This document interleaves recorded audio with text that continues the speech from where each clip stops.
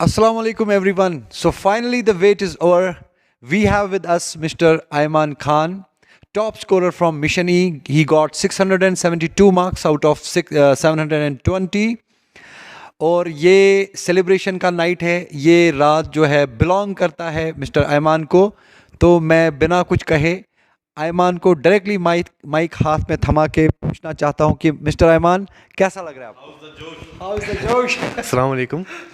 सबसे पहले तो मैं शुक्र करना चाहता हूँ अल्लाह ताला का जिसने इस शर्फ़ के लिए मुझे बख्शा, और उसके बाद मेरे वालिदैन का, बाबा का, मम्मी का, और उसके बाद मेरे टीचर्स का जो आज मेरे साथ हैं, मेरे जो मेन गुरु हैं और जिनने मेरे को मतलब इस पूरी प्रिपरेशन में मेन डायरेक्शन दी।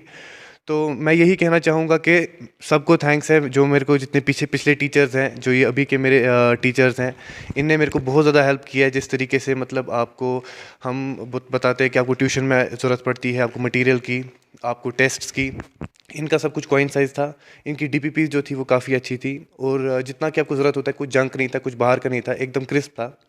और वही था, वो सब चीज़ें थी जो आपको हेल्प करती है, क्योंकि आपको एक्स्ट्रा नहीं पढ़ना है ना। क्योंकि जैसे कि हमारे टीचर्स ही बोलते हैं कि नीड इज़ नॉट मतलब आप कितना पढ़ते हो, कितना ज़्यादा पढ़ते हो, ये क्या है कि आपको कितना पता है कि कितना छोड़ना है, कितना नहीं पढ़ना है। ठीक है, तो उस तरीके से स्मार्ट स्टडी करा के इन्हें काफ़ी ज़्यादा हेल्प कराई। और आज मैं बासित सर को बहुत ज़्यादा थैंक्स करना चाहता हूँ, जाहिद सर को बहुत ज़्यादा थैंक्स करना चाहता हूँ। इन्हें मेरे को बहुत ज़्यादा हेल्प की, whenever I had a doubt, इन्हें बहुत ज़्यादा हेल्प की है। हामिद सर को बहुत ज़्यादा मैं हेल्प करना चाहता हूँ। इन्हें मेरे को स्टार्टिंग से बहुत अच्छी काउंसलिंग की है, मैं आपको क्या बताऊँ। और जिस तरीके से ये आपको एक स्टडी के पाथ के साथ लेते लेते आपको एक रिलीजियस पाथ के साथ भी आपको बहुत अच्छी तरीके से गाइडेंस देते हैं, तो वो बहुत ज़्यादा हेल्प करता है आपको। और बस मैं यही कहना चाहूँगा, और thanks to all. So ayman 672 is not क्या मैं बताऊं, ये बहुत एक ड्रीम है बहुत सारे बच्चों के लिए। वहाँ तक जाना एक छोटा स्कोर नहीं है, काफ़ी एक बड़ा अचीवमेंट हम इसको कह सकते हैं. Are you satisfied with the score yourself? Were you expecting higher, lower? What were your expectations? इसमें मैं यही कहना चाहूँगा, तो देखो एक्सपेक्टेशंस तो थोड़ी ज़्यादा थी मुझे, मेरे से कुछ सिली मिस्टेक्स हुई जो कि मेरी वो होता है उस वक्त, आपका ये चांस फैक्टर होता है। बट क्योंकि मेरे टीचर्स ने पूरा एफर्ट दिया था, मेरे जो वहाँ पर टेस्ट थे उसमें मेरे अच्छे मार्क्स इससे ज़्यादा आ रहे थे। और जिस तरीके से मैं ओवर द ईयर, जिस तरीके से हर वीक मैंने टेस्ट दिया है, टॉपिक कंप्लीट हुआ, उसके बाद अच्छे से टॉपिक वाइज टेस्ट हुए, फिर उसके बाद सेक्शन वाइज पार्ट टेस्ट हुए, एंड इन द एंड हमने बहुत सारे फाइनल फुल सिलेबस टेस्ट दिए। तो उनमें मैंने देखा कि मेरा स्कोर सिग्निफिकेंटली इम्प्रूव करता गया। मेरे को अपने आप में वो नज़र चेंज आती गई, वो डायरेक्शन मुझे अपने आप में दिखती गई जो कि लैग कर रहा था मैं पहले। तो मैं ये कहूँगा, लेकिन शुक्र है अल्लाह का इसमें भी कि मतलब हर एक चीज़ में शुक्र है जो आज मेरे को मिला है, और मैं इसमें बहुत ज़्यादा खुश हूँ। And again thanks to you all, thank you. अच्छा जाहिद सर, आयमान, आपका जो जेई में भी सिलेक्शन हुई है, आप उसके बारे में भी लाइक हमारे बच्चों के साथ शेयर करो कि वहाँ और नीट के दरमियान क्या आपको डिफरेंस लगा? में भी और कास्ट में इनका 8th रैंक है। माशाल्लाह माशा, 8th रैंक, और जेईई में इनका जो है 96 97 परसेंटाइल इसके आ रहा है। तो जेई और जो नीट है, इनकी जो प्रिपरेशन है, क्या ये डिफरेंट है, क्या ये सेम है? प्रिपरेशन में क्या डिफरेंस रहती है इन दो में? मैं अपने हिसाब से यही कहूँगा कि फ़र्स्ट ऑफ़ ऑल इसमें डिफरेंस तो है, क्योंकि आपको जो नीट है वो एक अलग सेट ऑफ क्वेश्चंस मांगता है, और जेई जो है वो एक अलग अलग सेट ऑफ क्वेश्चंस मांगता है। सिलेबस सेम है, बट जिस तरीके से मतलब मैंने जाहिद सर से पूछा है, मैंने बासित सर से पूछा है, तो उनने मुझे यही बताया कि आपको अगर जेई देना है तो आप इस तरीके से क्वेश्चन बैंक एक मुझे दिया था उनने, तो ये सॉल्व करो। अगर आपको नीट देना है तो ये वाला है। तो डिफरेंस ओवरऑल ये रहती है कि आपको कितना डेप्थ चाहिए, आपको कितना ज़्यादा पढ़ना है और कितना नहीं पढ़ना है, जो ओवरऑल नीट में है। लेकिन जेई में क्या है ना, आपको काफ़ी ज़्यादा अंदर तक जाना पड़ता है, एनसीईआरटी के थोड़ा बियॉन्ड आपको जाना पड़ता है। नीट में नहीं उतना जाना पड़ता है। एनसीईआरटी में आपको, उसमें नीट तो उसी के अंदर आ जाती है, ज़्यादातर उसी के अंदर आ जाता है। लेकिन जेई में आपको काफ़ी सारे आजकल ऐसे क्वेश्चंस आ रहे हैं, केमिस्ट्री में आ रहे हैं आजकल, ट्रेंड है जिसमें मैंने पेपर दिया केमिस्ट्री में, आउट ऑफ एनसीईआरटी काफ़ी सारे क्वेश्चंस आए थे जेई में। तो इनने मुझे वैसे ही, जैसा कि क्वेश्चन बैंक में हमने किया, हमने ओवर द ईयर पढ़ा वो, उसके बाद क्वेश्चन बैंक में कुछ एक्स्ट्रा अगर होता है वो आप लोगों ने उस तरीके से उसमें डाला हुआ था, और वो उससे कवर हो गया। और अल्हम्दुलिल्लाह उसकी वजह से, और अभी कंप्यूटर साइंस ब्रांच में एनआईटी श्रीनगर में सीट निकली है। एंड सिमिलरली स्क्वाश में, जो कि आपने नीट में जैसा बोला था, स्क्वाश का भी आपने मुझे बोला था, तो उस तरीके से उसमें भी उसी तरीके से पेपर आया और अभी नीट में भी उसी तरीके से पेपर आया। Thank you. अच्छा आयमान, जैसे कि हम सबों को पता है कि आपने नीट भी क्वालिफाई किया, JEE भी क्वालिफाई किया और आपने स्कॉस्ट में भी माशाल्लाह बहुत अच्छे नंबरात से आप 8th, मेरे ख्याल से 8th पोजीशन पे वहाँ थे। आप मुझे बता सकते हैं कि IIT में आपने क्यों नहीं पार्टिसिपेट किया? जब हम बोल रहे थे आपको बोल रहे थे कि आप IIT में भी पार्टिसिपेट करो, आपने एडवांस के लिए क्यों नहीं किया? एक्चुअली मैं ये कहना चाहूँगा कि वो मेरा पर्सनल एक ये था कि मैं काफ़ी ज़्यादा एग्जॉस्ट हो गया था तो उस टाइम पे मेरे को लगा कि लाइक नीट के बाद अब मैं फर्दर 15-20 डेज़ नहीं कर पाऊँगा शायद, क्योंकि हेल्थ भी मैटर करती है। आप लोगों ने हमेशा हेल्थ को भी सपोर्ट किया है, अपने उधर भी किया है, तो उस चीज़ को अपने अंदर मतलब वो समझते उस चीज़ को मैंने सोचा कि चलो देखते हैं इतना काफ़ी है तो ये मैं स्किप कर सकता हूँ। भाई साहब आपको क्या लगता है, और एक सवाल, बच्चा क्वालिफाई करता कि नहीं? जब आप हमेशा बोलते थे कि IIT इसका असल में इसका कब है IIT कर सकता आराम से। जी सर, प्लीज। देखो आयमान बेटा, आप कह रहे हो कि आप एग्जॉस्ट हो गए इसीलिए आपने एडवांस्ड नहीं दिया। अब जो बच्चे हमारे रिपीटर है ये भी तो हमें यही एक्सक्यूज लेंगे, सर हम एग्जॉस्ट हो गए, तो इनकी तो मोटिवेशन कम हो जाएगी। कर रहे थे ना जूनियर। आप उन बच्चों को कैसे मोटिवेट करोगे जो आप रिपीटर बैच में है? How will you motivate them कि एग्जॉशन से ओवरकम कैसे करना है? Should there be any external motivation और there should be something burning inside you, an internal motivation? इसमें मैं यही कहना चाहूँगा कि अगर आप एक रिपीटर हो, मैं पहले अपना कहना चाहूँगा कि मैंने इसलिए नहीं किया क्योंकि मेरी जो प्रिपरेशन थी वो कंटिन्यूस थी, उसमें मैं कोई गैप ले नहीं सकता था। तो उस टाइम पे मेरे को लगा कि मेरी हेल्थ जो है वो मेरी ब्रेक मांग रही है, तो इसलिए मैंने वो चीज़ स्किप की। लेकिन अब जो रिपीटर है वो ऑलरेडी अभी एक सिग्निफिकेंट गैप ले चुका है, ब्रेक ले चुका है, और उसका माइंड अभी फ्रेश है। और अभी भी अगर कोई इस चीज़ पे रिपीट मतलब नहीं जाना चाहता है, कोई रिलक्टेंट है थोड़ा, तो आप सबसे पहले अपने मॉम डैड को पकड़ो, अपने घर वालों को पकड़ो, आप उनकी तरफ देखो एंड सोचो कि मतलब उनके चेहरे पे खुशी क्या आएगी जिस दिन वो रिजल्ट आएगा, वो चेहरे पे खुशी क्या होगी, वो किस तरीके से वहाँ खड़े होंगे आपके साथ। तो उस चीज़ को अपनी आंखों में रखते हुए आप एक एक दिन निकालो, खुद को रिवॉर्ड करो, कंटिन्यूस नहीं पढ़ना, एग्जॉस्ट नहीं करना है। अपने अंदर वो एक होप रखो कि मेरे को पेरेंट्स को प्राउड करना है, आपके पीयर्स होते हैं, आपको पीयर प्रेशर होता है, आप उनके सामने आपको आउटस्टैंड करना है। तो एक तरीके से उस तरीके से आप खुद को मोटिवेट रख सकते हो, खुद को साथ साथ में रिवॉर्डेड रखो कि मैं इतना करता हूँ उसके बाद चलो मैं ये करता हूँ। शॉर्ट ब्रेक्स लो, अच्छे से पढ़ो और हो जाएगा इंशाल्लाह, क्यों नहीं हो जाएगा। अगर आपके पास अच्छी गाइडेंस है जैसे मेरे पास थी, इंशाल्लाह आप क्यों नहीं कर पाओगे, आप कर पाओगे इंशाल्लाह। आयमान, जो हमने देखा कश्मीर में टिल 2020 कश्मीरी बच्चा जो होता था टॉप स्कोर 650s के आसपास रहता था, तो 650 से ज़्यादा कोई कश्मीरी बच्चा आज तक, लास्ट ईयर तक इनफैक्ट स्कोर नहीं कर पाता था। तो पिछले एक साल में आपको क्या लगता है कि क्या बदला? मैं कश्मीरी बच्चों में एक बदलाव देख रहा हूँ कि people are coming with the mindset कि sir we have to score 700, some people say we will score 720 out of. तो कश्मीरी लड़कों में जिनको लगता था कि हम 650 के ऊपर नहीं जा सकते हैं, इस बार का रिजल्ट आप देखोगे, आई एम एक्सपेक्टिंग कि there will be Kashmiri students जो 690s में होंगे, 695 में, और आई एम होपिंग कि काश ऐसा कोई कश्मीरी बच्चा भी होता कि जो 700 भी स्कोर या क्रॉस करेगा। तो आपको क्या लगता है कि ये माइंडसेट में एक पैराडाइम शिफ्ट नज़र आ रहा है, ये कैसे हुआ बच्चों में? व्हाट इज़ द, आपको पर्सनली मैं आपसे पूछूंगा, आपको मोटिवेशन कहाँ से मिला? जब मैंने स्टार्ट की अपनी प्रिपरेशन, उस टाइम पर भी यही एक स्टिग्मा था कि आपको 550 500 आप इतना लाओ तो आपका हो जाएगा। लेकिन जैसे जैसे आगे बढ़ता गया, खुद ही एक बार रेज होता गया। ये मेरे को क्या लगता है, सबसे पहले तो एक चीज़ ये भी है कि 2020 में ही ये इंस्टीट्यूट भी लॉन्च हुआ, एंड इधर पर भी काफ़ी सारे मेरे को लगता है इस साल भी काफ़ी सारे सिलेक्शंस, इस साल से ओवर 100 सिलेक्शंस आ रहे हैं इधर। तो उस हिसाब से आप खुद भी देख सकते हैं कि आपने यहाँ एक ओवरऑल कंपटीशन बढ़ जाता है, और सब कुछ बच्चे अवेयर होते हैं, बच्चों को सब पता होता है, आजकल सब कुछ ऑनलाइन है। आप लोगों ने ऑनलाइन तरीके से पढ़ाना स्टार्ट किया, किसी को मुश्किल होता था ऑफलाइन आने में, उसने ऑनलाइन पढ़ा, कोई ऑफलाइन आ पाता था वो आया। इस साल कोरोना में हुआ काफ़ी ज़्यादा मुश्किल हुआ, लेकिन आप लोगों का वो छूटा नहीं, ऑनलाइन काफ़ी ज़्यादा मदद हुई। तो जो एक शिफ्ट हुआ फ्रॉम ऑफलाइन टू ऑनलाइन, इसने एक बार बहुत ज़्यादा रेज़ किया पिछले इसमें। जो मैं मेजर कंट्रीब्यूशन देना चाहूँगा वो इसी को देना चाहूँगा कि जो ऑफलाइन टू ऑनलाइन शिफ्ट हुआ, इसमें बहुत ज़्यादा चेंज आई और बच्चे जो है वो अब घर से पढ़ के कर रहे हैं, उनको ज़्यादा बाहर जाने की ज़रूरत नहीं पड़ रही है और घर पे ही सब स्टडी मटेरियल मिल रहा है, टेस्ट ऑनलाइन हो रहे हैं, तो उधरी पर कोई टाइम वेस्टेज हो नहीं रही ना। तो 24 आवर्स में आपका मैक्सिमम आउटपुट जाता है स्टडी की तरफ, तो वो एक सबसे बड़ा मेजर रीज़न है इस तरफ से। जी, तो आपका कहना है कि corona was a blessing in disguise, so people took time to realize their potentials, and we also took time to realize what we can do offline and what we can do online. But जहाँ तक मुझे लगता है कि जो हमारा last year का topper था Basit Bilal Khan, credit should go to him because that is the guy who changed the mentality of whole mindset of Kashmiri students. Because जब उसने पढ़ा उसके टाइम पे तो ऑनलाइन तो था नहीं, उसने ऑफलाइन ही पढ़ा क्योंकि कोरोना का इतना ज़्यादा इम्पैक्ट उसकी एजुकेशन पे नहीं था।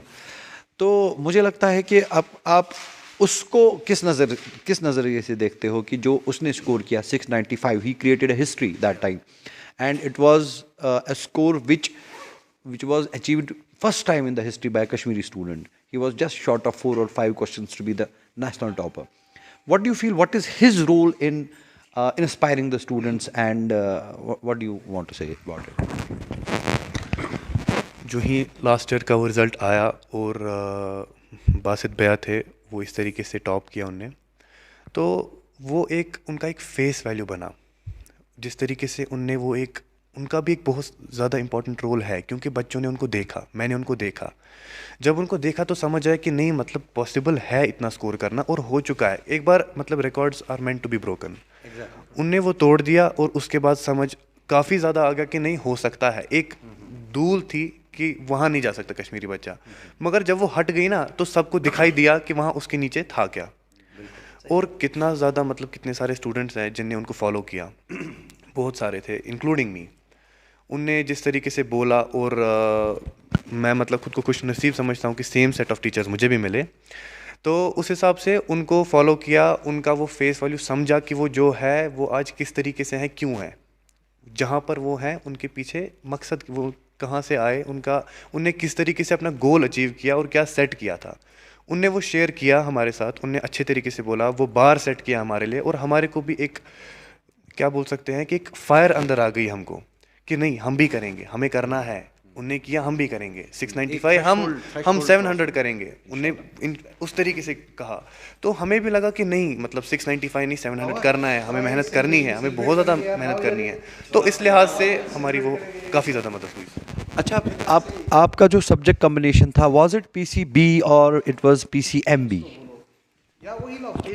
इट वाज PCMB, तो उसी हिसाब से JEE भी मैं अपेयर कर पाया, तो PCMB था और उस तरीके से वो JEE निकला। जैसे आयमान, मैं जहाँ पर मेरा जो स्टूडेंट्स के साथ मैं जब बात करता हूँ, स्टूडेंट्स जो भी बच्चे PCB में आते हैं जो मैथ्स छोड़ देते हैं, एक 10th क्लास तक आप मैथ्स पढ़ते हो, बाद में 10th में आपने छोड़ दिया मैथ्स, तो मैं हमेशा कोशिश करता हूँ स्टूडेंट्स को ये बताने की कि मैथमेटिक्स आप 10th में ना छोड़ें, एटलीस्ट आप 12th तक मैथमेटिक्स पढ़ें, दैट विल हेल्प। ज़्यादा सवालों की बूछाड़ मत करिए, पहले हम सेलिब्रेट करेंगे बच्चे के साथ। चलो बेटा, चलिए, कॉन्ग्रेचुलेशंस, गॉड कांग्रेचुलेशंस जी, कांग्रेचुलेशंस। मेरी ओर से थोड़ा सा पहले मुंह में हल्का सा खाएंगे आप, थोड़ा बचेगा मेरा मीठा सा, मेरे हाथ से भी और खाएंगे, यहाँ से थोड़ा चीक्स भी लगाएंगे। नहीं कांग्रेचुलेशंस। हाँ, चलिए। भूख मारो इसको। Thank you so much. तो चूँकि मुझे लगता है हमें यहाँ पर बहुत सारे पेरेंट्स हजरात भी देख रहे होंगे जिनको अपने बच्चों का जो है सब्जेक्ट्स दिलाने होंगे in the near future, in their 11th class 12th, what do you suggest कि एक पेरेंट को बच्चे से मैथ छुड़वाना चाहिए जस्ट आफ्टर 10th क्लास, और यू विल से कि no, maths is a subject which a student should at least study till 12th class? तो what are your suggestions for this? इसमें प्राइम डिसीजन सबसे पहले student का ही है। अगर if he is good in maths, अगर आपको 10th तक लग रहा है आपने अच्छा किया है मैथ में, या फिर आपको लग रहा है कि आप लाइक 70-80 के अराउंड भी हो और आपको पसंद है maths, if you love it, you should go for it. आपको डॉक्टर ही क्यों ना बनना हो, but you should go for it. जैसे मैंने किया, आई हैड दिस एम कि मुझे डॉक्टर बनना है, मुझे MBBS करना है, बट एक चीज़ था, आई लव्ड मैथ्स, और इस तरीके से मैंने नहीं छोड़ा मैथ्स, मुझे कंटिन्यू करना था। उसके बाद अब अगर कोई बच्चा है जिसको मैथ्स के तरफ से लाइक थोड़ी एलर्जी है मैथ्स से, काफ़ी सारे ऐसे स्टूडेंट्स भी हैं, उस तरीके से मैं यही कहना चाहूँगा कि आप अपना बेसिक मैथ्स हमेशा साथ रखो।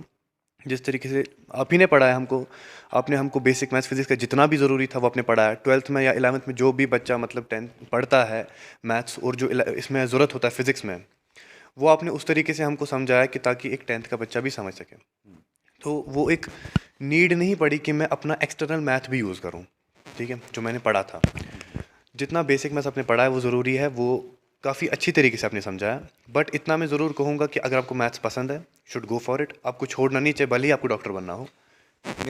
मेरा एक ही क्वेश्चन है सर, मैं आपसे पूछना चाहता हूँ कि कोई बच्चा है वो आपको देख के इंस्पायर हो गया, या कोई बच्चा है जिसने 690 स्कोर किया, 695 स्कोर किया, 700 स्कोर किया, तो आपको क्या लगता है कि if some there is a student he wants to score 720 out of 720, can he score this without mathematics? That's my question.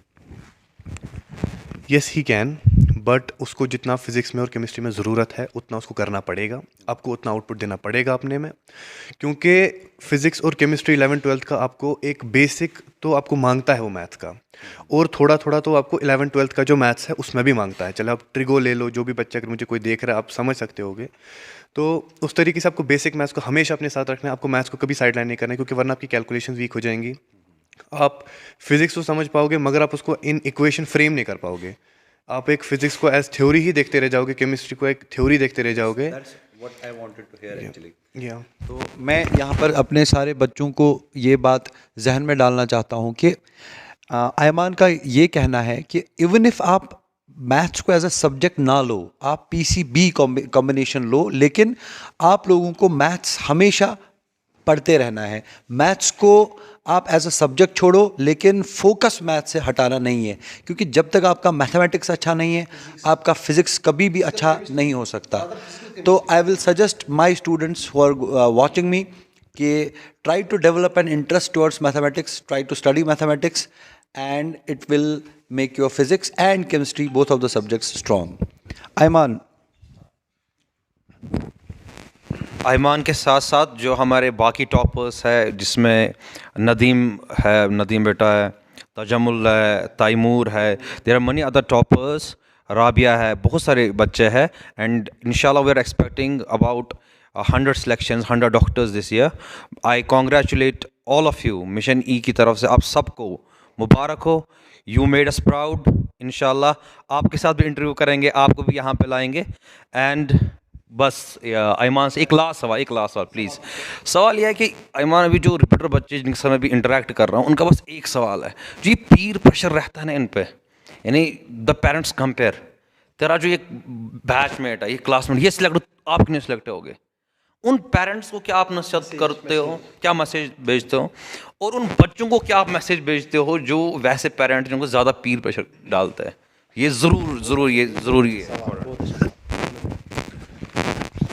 सबसे पहले मैं पेरेंट्स को ही कहना चाहूँगा कि आपको हमेशा सपोर्ट ही करना चाहिए अपने बच्चे को, क्योंकि आपको समझना है कि वो क्या ये पहले ही करना चाहता है कि नहीं, ठीक है, क्योंकि बहुत सारे और भी फील्ड्स हैं। MBBS is not the end game, life इसके आगे भी है, लाइफ इसके पहले भी थी, और आप किसी भी फील्ड में एक्सेल कर सकते हो, बस आपकी लाइकेबिलिटी उसमें होनी चाहिए बहुत ज़्यादा।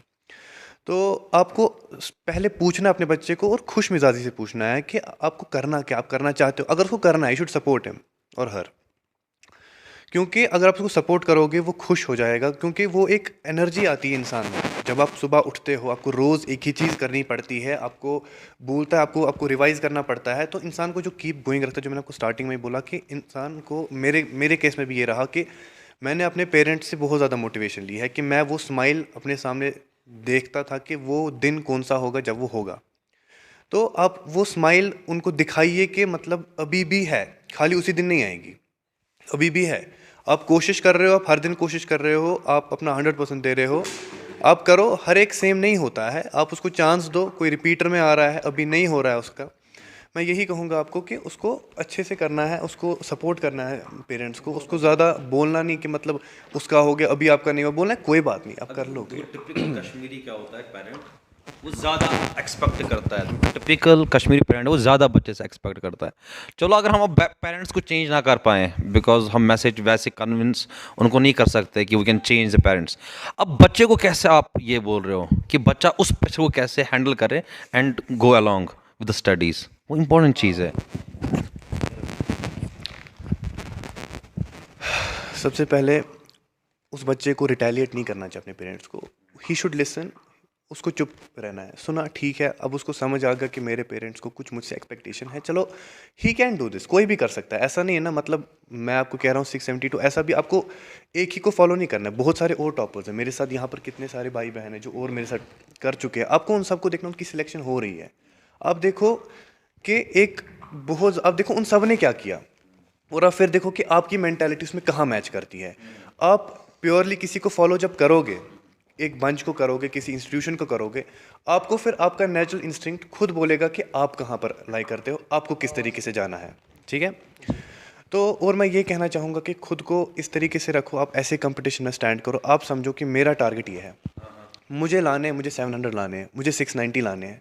ठीक है, आप छोड़ दो ना, मतलब वहाँ पर कंपटीशन कितना है, वहाँ पर कितना, वहाँ पर क्या है। आप सोचो, आपको खुद के साथ कंपटीशन है, आपको 690 700 लाने, 720 लाने हैं, बस ख़त्म सारा कंपटीशन। आप देख रहे हो कि वहाँ खाली आप बचे हो ना, आपके सामने किताब है और आप हो, दैट्स इट। आप टेस्ट दे रहे हो, आप सोचो मुझे, आप छोड़ दो ना, एक सेकंड के लिए कट शॉर्ट कर दो, वहाँ कोई और एग्जिस्ट ही नहीं करता इस दुनिया में, खाली आप हो।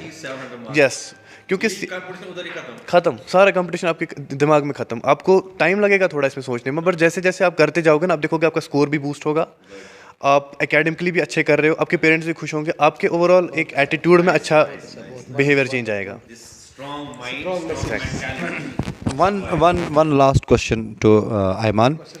Bas last question. This is a very important question which I want to ask. यहाँ पर कश्मीर में एक मिथ है। अगर आप देखोगे, हमें जाहिद सर और मैं, हम जब इस लाइन में आए थे तो हम इसीलिए आए थे कि हम कुछ अलग करें इस फील्ड में, कुछ अलग करें, कुछ यहाँ के बच्चों को हम कोशिश करें कि वो नेशनल लेवल में compete करें। उसके लिए जो भी हमने किया, दैट्स अ सेकेंडरी क्वेश्चन। मैं आपसे ये पूछना चाहता हूँ कि अक्सर जो एक टिपिकल कश्मीरी पेरेंट होता है, या मैं एज अ पेरेंट हूँ, एज अ कश्मीरी, मुझे लगता है कि कश्मीरी स्टूडेंट एक बाहर के बच्चे के साथ compete नहीं कर पाएगा, पता नहीं क्यों। जैसे बाहर का कोई बच्चा है, वो 700 लाता है, 700, ऑल्दो इट्स गुड, बट आपको क्या, आपका व्यू पॉइंट क्या है कि एक कश्मीरी क्या बाहर के बच्चे के साथ compete कर सकता है? What are the additional things which we have to give? Do you feel कि वहाँ पर कुछ अलग होता है जो यहाँ पर नहीं होता है बच्चों के साथ? क्या आपको लगता है कि कहाँ पर थोड़ा बहुत, जैसे अभी हम देखेंगे, अगर कश्मीर में कोई टॉपर हुआ, जैसे हमारा टॉपर था या किसी का भी टॉपर होगा कश्मीरी बच्चा, नेशनल टॉपर और कश्मीरी टॉपर में it will be a difference of 4 questions, not more than that. तो अभी मुझे लगता है कि कश्मीरी स्टूडेंट्स धीरे धीरे वहाँ पहुँच रहे हैं इंशाल्लाह, और in the near future you will see कि कश्मीरी बच्चा नेशनल टॉपर होगा, and I have that gut feeling कि ऐसा होगा। एंड 3-4-5 क्वेश्चंस का फ़र्क रह रहा है। तो what do you feel we need to put as mentors, we need to put more efforts, or a student needs to put more efforts? Where do you feel is the gap, if there is any gap? देखो, इसमें मुझे तो नहीं लगता कोई ऐसा major gap है। Major क्या, कोई माइनर गैप भी नहीं है। इट्स सिमिलर, जो वहाँ है वो यहाँ है। अब डिपेंड करता है कि हमारे को एक बच्चे की मेंटालिटी कैसी है, उसके ऊपर कितना प्रेशर है। ठीक है, क्योंकि वहाँ पर ऐसे बहुत ज़्यादा होते हैं ना, आप देखोगे कि ऐसे स्टूडेंट्स होते हैं जो टोटली कट ऑफ रह जाते हैं बहुतों से। उनके पास फ़ोन नहीं होता है, उनका कोई फ्रेंड नहीं होता है, वो एग्जैक्टली टोटली आइसोलेटेड हो जाते हैं। कहीं पर यहाँ पर इंसान अपने एक, मतलब मेरे जो भी भाई बहन जितने भी सुन रहे होंगे मेरे को, आपको एक काम करनी है कि आपको अपने आप को आइसोलेट करना सीखना है। आपको खुद को हाँ करना पड़ेगा, क्योंकि वरना आप कुछ कर नहीं पाओगे। आपको खुद को अकेला समझना है कि इस दुनिया में और कोई है ही नहीं, एग्जिस्ट ही नहीं करता है। Only your teachers and parents. बस टीचर्स है, पेरेंट्स है, वो आपको जो फीड कर रहे हैं, आप समझो उस बात को, क्योंकि वो जो बोल रहे हैं आपको वो ज़रूरत आएगा। और जो भी वो बोल रहे हैं, चाहे वो आपको निकलते वक्त दरवाजे पे कुछ बोल रहे हैं या क्लास में बोल रहे हैं, वो दोनों चीज़ें इक्वली इंपॉर्टेंट है। कभी तो जो दरवाजे पे बोल रहे हैं ना, वो ज़्यादा इंपॉर्टेंट हो जाता है, क्योंकि वो आपको कुछ आउट ऑफ द बुक देने की कोशिश कर रहे हैं। वो ही डायरेक्शन है, क्योंकि मटीरियल सबके पास है। उसके पास भी वही एनसीईआरटी है, मेरे पास भी वही एनसीईआरटी है, और हमें पता है कि एनसीईआरटी बेस्ड पेपर होता है। तो बात है टेम्परामेंट की, एग्ज़ाम टेम्परामेंट की। वो एग्ज़ाम टेम्परामेंट बच्चे को डेवलप करना है, आपको टेस्ट देने हैं। अगर मैं कहूँगा कहीं पर लैक रह रहा है कोई, वो 2 या 3 टेस्ट की होगी, उसने 3 मॉक टेस्ट ज़्यादा दिए होंगे, इसने 3 मॉक टेस्ट कम दिए होंगे। ये मतलब ये माइनर डिफरेंस है, कहीं ये भी नहीं होगी। बट मैं अगर कुछ पॉइंट आउट करना चाहूँगा, मैं यही करना चाहूँगा, क्योंकि मॉक टेस्ट ही आपको बहुत ज़्यादा हेल्प करते हैं। मैंने भी बहुत सारे मॉक टेस्ट दिए, आप लोगों ने बहुत सारे मॉक टेस्ट करवाए हमको। तो इस तरीके से ये मॉक टेस्ट मेरे हिसाब से मेजर चीज़ रहती है जो आपको एक प्रिपरेशन में काम आती है। Thank you so much. तो मैं और एक चीज़ में ऐड करना चाहता हूँ, जो ये भी बोल रहे थे, बासित सर भी बोल रहे थे कि नेशनल लेवल पे जो बच्चे होते हैं उसमें सर एक और फैक्टर है जो साइकोलॉजिकल भी है और मैथमेटिकल भी है। No no no no no, quantity breeds quality. जितना आपका सैम्पल साइज़ बड़ा होगा, उस सैम्पल साइज़ में से आपको ज़्यादा साइंटिस्ट्स भी निकलेंगे और खराबाती लोग भी निकलेंगे। तो टॉपर्स भी वहीं से निकलेंगे ज़्यादा। आप समझ गए मेरी बात? ये तो इसमें कोई ये नहीं है। बहरहाल इंशाल्लाह ताला हम उस कतार पे आ गए हैं। अब कश्मीरी स्टूडेंट्स भी उस मेरे को सबसे अच्छी बात जो जिगर की लगी ना, सबसे अच्छी बात कि एंट्रेंस में जो ये एंट्रेंस का ये बी सेल्फिश, जो यहाँ पे जितना सेल्फिश रहेगा ना इन 3 साल, वो सक्सेसफुल है ना। अगर फ्रेंड्स है, मुझे फ्रेंड का कॉल है, नाराज गो खत्म, इज अ डिस्ट्रैक्शन। तो मैं चाहता हूँ कि मैं सबसे पहले मैं सबों को मुबारकबाद देना चाहता हूँ, जितने भी टॉपर्स हमारे यहाँ इस वैली में हैं, चाहे वो 695 अटेन किया है, 690 अटेन किया है, 692 अटेन किया है, 685 अटेन किया है, 672 अटेन किया है, या 665 भी अटेन किया है। It's a very good score. I congratulate all of you toppers, all of जो हमारे इंक्लूडिंग हमारा टॉपर है, सबों को मैं कंग्रेचुलेट करता हूँ। और उन सभी बच्चों को मैं कंग्रेचुलेट करता हूँ जिन सबों ने क्वालिफाई किया नीट और JEE या बाकी जो भी एंट्रेंस एग्जामिनेशंस है। और उनको भी मैं, उन बच्चों को जो इस साल क्रैक नहीं कर पाए, उनको मैं ये हौसला अफजाई के लिए एक चीज़ बताऊंगा, failure is the first step of success. ये याद रखना हमेशा, first step of the success. जो कोई फेल नहीं होता है वो ज़िंदगी में कभी कामयाब नहीं होता है बेटा। फेल होना है कामयाब बनने के लिए, और ये बात याद रखो, आप हौसला रखो। आप आज उस वक्त उस जगह पर हो, आप फेल हो, दूसरी साल आप इंशाल्लाह इस सीट पे बैठे होंगे और हम आपसे यही इंटरव्यू कर देंगे। Thank you so much, thanks a lot viewers. शुक्रिया। अब वासित सर भी कुछ पूछना चाहते हैं? वंस अगेन मैं कॉन्ग्रेचुलेट करना चाहता हूँ ऐमान को, जिसने नीट भी क्वालिफाई किया, JEE भी क्वालिफाई किया और स्कॉस्ट एग्ज़ाम भी क्वालिफाई किया। और मैं सारे अपने व्यूवर्स को, बच्चों को स्पेशली ये बोलना चाहता हूँ कि इस सारी डिस्कशन में बस एक ही बात है जो ऐमान ने कहा कि you have to be very determined, you have to set your goal, be selfish, isolate yourself. और सबसे इम्पोर्टेंट बात जो मुझे ऐमान का अच्छा लगा कि फ़ोन से कट ऑफ, फ़ोन आपके पास नहीं होना चाहिए। At least social media is the biggest distraction जो आजकल के बच्चों में पाया गया है। सोशल मीडिया से दूर रहिए, लाइफ बनाइए। Thank you so much. अस्सलाम वालेकुम।